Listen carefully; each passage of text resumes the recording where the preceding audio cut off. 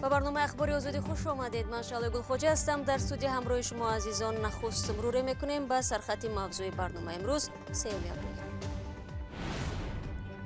برای پتنت پول نداریم و سرنوشت مهاجران در دوره یک ماه غیرکاری در روسیه چی می شود؟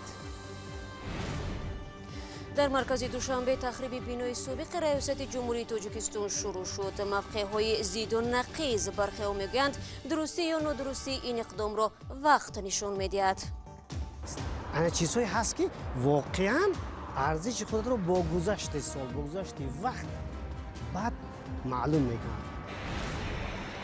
و هزارها ساکن دههای شهر کولوب در 4 فصل سال مجبورند آب افلاس را استعمال کنند.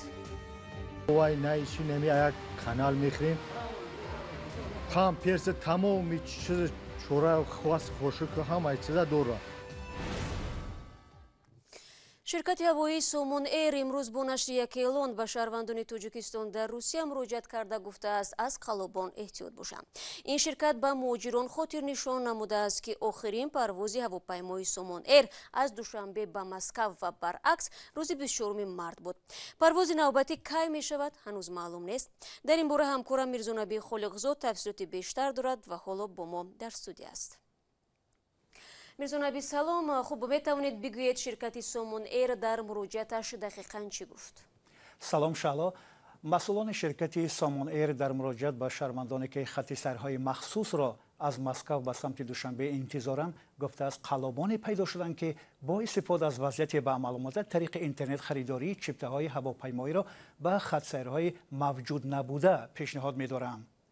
این شرکت هشدار داده است که مهاجران هوشیار باشند و به این دام نیفتند. شرکت سومون ایر همزمان یادآور شده است که طبق دستور اگنتی اویاسیون گرجدانی تاجیکستان جهت پیشگیری از پنجشنبه بیماری کرونا ویروس شرکت هواپیمایی سومون ایر از 20 مارس سال روان اجرای خط‌سرهای منتظم بین المللی را از تاجیکستان قطع نمود.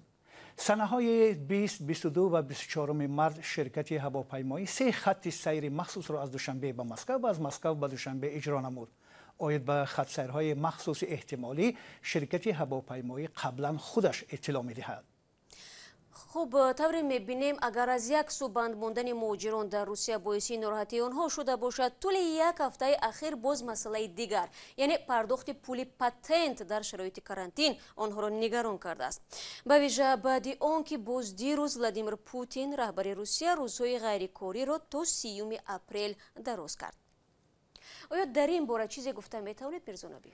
بله شالا دقیقاً، زیرا به فرق از شهروندان روسیه که در این مدت جای کار و معاششان حفظ می شود مهاجران عملاً بیکار و بی پول میمانند و اینها میگویند که برای سپردن پتنت مبلغ نخواهند داشت. از این خاطر مهاجران خواهش دارند که در این وضعیت مشکلات به نظر گرفته شود. امروز رئیس فدراسیون مهاجران روسیه وادیم کوژنوف به نخست وزیر روسیه مراجعت نموده خواهش کرده است که تا انجام دوره کرانتین پرداخت پتنت پول را بیکار کند. با مراجعت وادیم کوژنوف صدها مهاجران کاری و شهروندان خارجی هم‌آوازی کردند. وادیم کوژنوف میگوید که مهاجران کاری در حیات اجتماعی روسیه سهمی مهم میگذارند و به بودجه این کشور دقت کنید از حساب آنها 60 میلیارد روبل وارد کرده می شود. این که شوخی نیست. و در مراجعت نامش ذکر کرده است که حالا این مهاجران کاری گروگان چنین وضعیت شده و تا انجام تعطیل اسیر چنین حالت شدند. همه راه‌ها برایشان بسته شده با کمک و دستگیری نیازمند هستند. ضمناً سفیر تاجیکستان در روسیه نیز در صحبت با خبرگزاری از پیلوس گفته است که حالا یک پیشنهادی را آماده دارند که مهاجران کاری مثل اداره‌های روسیه و دیگر اندازه‌سپارندگان از پرداخت انداز و پتنت در دوره تعطیل آزاد کرده شوند. خب سپاس برای صحبت و منتظر میمانیم که تا کجا این پیشنهادها از سوی حکومت پذیرفته میشوند. در حالت به دست آمدن اطلاع نو حتما شما بینندگان عزیز را در جریان خواهیم گذاشت. رو میارم به موضوعهای دیگر. در دوشنبه به تخریب بینای پیشینه قصر پرزیدنت که سالهای اخیر در آنجا حکومت پایتخت جایگیر بود شروع کردند. مقامات میگویند این کار در چارچوب اجرای گیم پلن دوشنبه صورت میگیرد، ولی بعضی مورخان و کشورشناسا به ضد ویران کردن بیناهای به گفته آنها تاریخی برآمدند. حال و هوای اطراف بینای قصر پیشینه پرزیدنت و نظرهای گوناگون را در گزارش کیومرثی عطا میبینیم. در مرکز شهر دوشنبه به ویران کردن بینای پیشینه ریاست جمهوری تاجیکستان که بیشتر با نام قصر پرزیدنت مشهور بود آغاز کردند. قبلا در این بنا کمیته مرکزی حزب کمونیست شوروی واقع بود. من با طرح گنپلان شناس هستم و قرار است بینای سابق ریاست جمهوری تا بینایی که فعلا در آن شهرداری واقع است تخریب شود. بینای چایخانه راحت نیز باقی میماند. بعضی از ساکنان و مؤرخان و کشورشناسا به ضد ویران کردن بناهای قدیمی در دوشنبه هستند.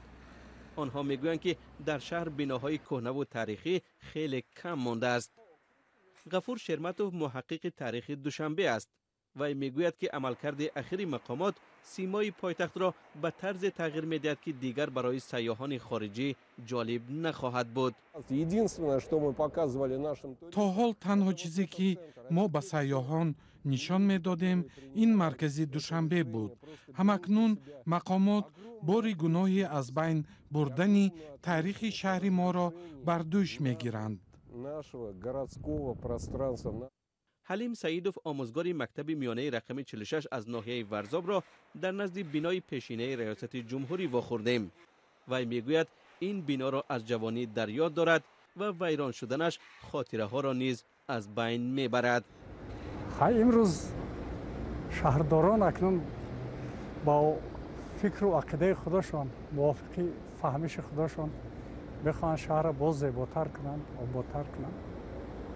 لیکن دیگر جایها در نزدیکی اطراف شهر را وسیع کردن این شهر که از حساب ناحیه‌های همسایه پایتخت اگر در همون جایها بناهای نو میساختن و این شهر کرونا تاریخی میموندن و فکرم بهتر و خوبتر میشه. سعید احمد اکرمپور کارشناس مسائل زیست محیطی از شهر دوشنبه نیز خواستار حفظ بناهای قدیمی در پایتخت تاجیکستان است. به گفته وی حالا در شهر بناهایی که در سالهای اولی وجود تاجیکستان شوروی بودند تقریبا نماندند. مثلا من همین شانه پدری من این ارزشش 35 کپک، ولی برای امروزه برای من فرزند پدرم این از $1000 کمتر نیست. این چیزهایی هست که واقعا ارزش خود را با گذشت سال با گذشت وقت بعد معلوم میکنه. در چند سال اخیر موضوع گیم پلان یا بازسازی سیمای شهر دوشنبه به موضوع داغ جامعه تبدیل شده است. منتقدان میگویند این لایحه بازسازی پایتخت تاجیکستان که هنوز در زمان اتحاد شوروی پیشین تهیه شده است بازگوی ارزش‌های ملی و فرهنگی و تاریخی تاجیکان نیست. اما منصبداران و معماران در نوبت خود به این نظرند که تنها 10 بنا را در دوشنبه می شود به عنوان بناهای تاریخی و فرهنگی نگاه داشت. باقی مانده ها به نظر آنها به حیات ساکنان خطر دارند و ظرفیتشان نیز کیها تمام شده است. شما برنامه خبری رادیو زودی رو تماشا دارید. تاجیکستان از جمله کشورهای باقی میماند که رسما تا این دم یگان موردی سیرت شوی ساکنان به این بیماری همگیر یعنی کرونا ویروس ثبت نکرده است. اما قطع پروازهای بین المللی و نگرانی ها از خطر گسترش کووید 19 در جهان مهمانخانه های دوشنبه را به مهمان کرد. برخی درهای خود را بسته و برخی دیگر کارمندانشان را موقتا جواب دادند. امرالدین اولیموف در دوشنبه این موضوع را پیگیری کرد. هیلتون یکی از مهمانخانه‌های بانفوذ و بزرگ دوشنبه از موقتا قطع شدن فعالیت خود خبر داد. این مهمانخانه 5 ستاره دار تصمیمش را با پنجشنبه کرونا ویروس در جهان قطع شدن پروازها و کاهش مشتریان ربط داد. هیلتون اعلام نکرده است که فعالیت خود را دیگر باره کی سر میگیرد. قسمی از دیگر مهمانخانه‌ها با 1 یا 2 مهمان آن هم از خارجیانی که در تاجیکستان درماندند هنوز فعالیت دارند، اما با تعداد خیلی محدود کارمندان. مسئولین مهمانخانه سرنا هتل دیگر 5 ستاره دار در مرکز دوشنبه میگویند حالا آنها بر ضرر خود فعالیت دارند. Туризм – это самая первая отрасль, которая пострадала больше всего. سیاحت از بخش‌های اصلی است که بیشتر از همه ضرر دید. همه قصرها بسته شدند و مرز با کشورهای همسایه هم بسته است. سال گذشته در این موسم ما سر مهمان بودیم، ولی حالا انگشت شمارند. البته از نگاه مالی ما ضرر دیده ایستادیم، ولی به خاطر که کارا حفظ کنیم مهمانخانه کارا ادامه می‌دهد. این مهمانخانه اکثر کارمندانش را به رخصتی پولکی فرستاده است. مأموریت مهمانخانه میگویند آنها تمام چاره‌های ضروری را برای جلوگیری از کرونا ویروس راه اندازی کردند. با زیاد شدن سیاحان در تاجیکستان سالهای اخیر، مهمانخانه‌های تاجیکستان هم سرمشتری بودند. تهدید کرونا ویروس و پنجشوی آن در جهان در برابر دیگر بخش‌های تجارت این مؤسسه‌ها را هم قریب از فعالیت باز ماند.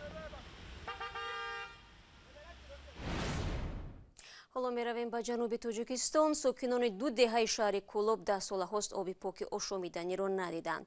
онҳо мегӯянд дар фасли баҳор аз оби борон истифода мекунанд, дар мавсимҳои дигар оби гилин менӯшанд.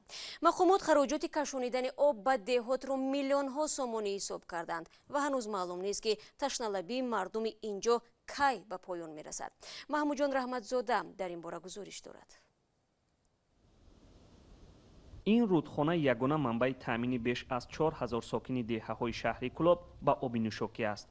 هرچند در 4 فصل سال هیچگاه آب رودخانه صاف نیست. از نبود منبع دیگر ساکنان همین آب افلاس را استعمال میکنند. ساکنان دهه میرنشین و کل میگویند 30 سال باز آب پاک ندارند. در این قشلوق نه اوای نه ایشی نمی یک کانال میخریم. هم پیرس تمام چیز چورا خواست خوشک همه چیزا داره. بوشکودا میگیم یک هفته میمونیم صاف میشوه بعد او استعمال میگن درونش کرما میزنه همه چیز خیلی چوکنیم اکا. ساکنان میگویند آب افلاس برای باشندگان دهه منبع زیادی بیماری ها است. کودکان اکثر وقت منتظر تکشین شدن آب نمیمونند.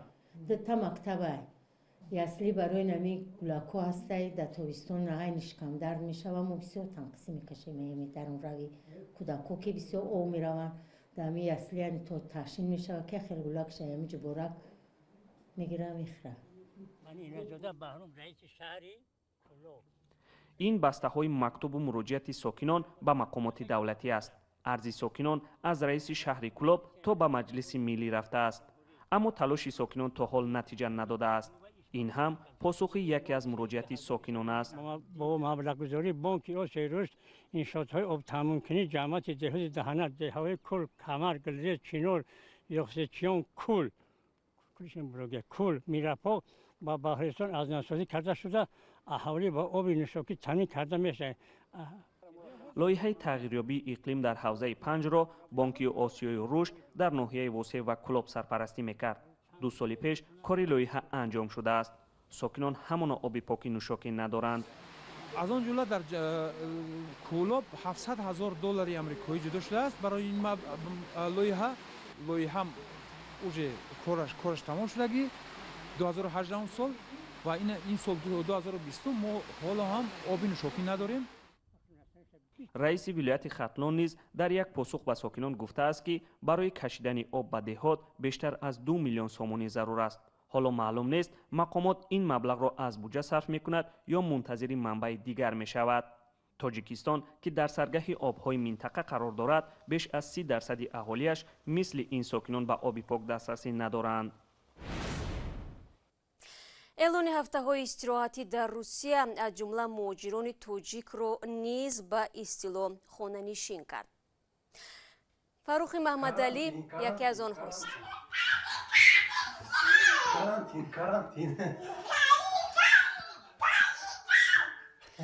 این مهاجر در ساختمان کار میکند ولی ناچار است در میان 4 دیوار اتاق تنگ منزل اجاره‌اش بشیند.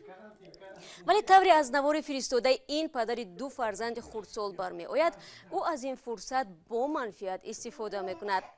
اسماء 2 ساله نیز از پدر خفا نمیماند و برای نگهداری طرز حیاتی سالم از او پیروی میکند.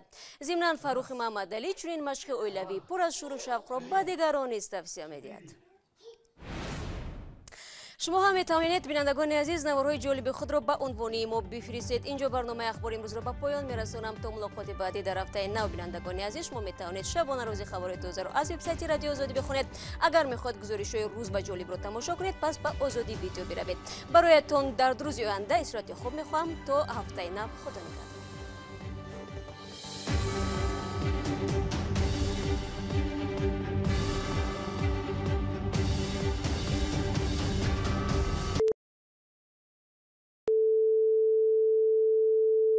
This is Radio Free Europe, Radio Liberty, Praha.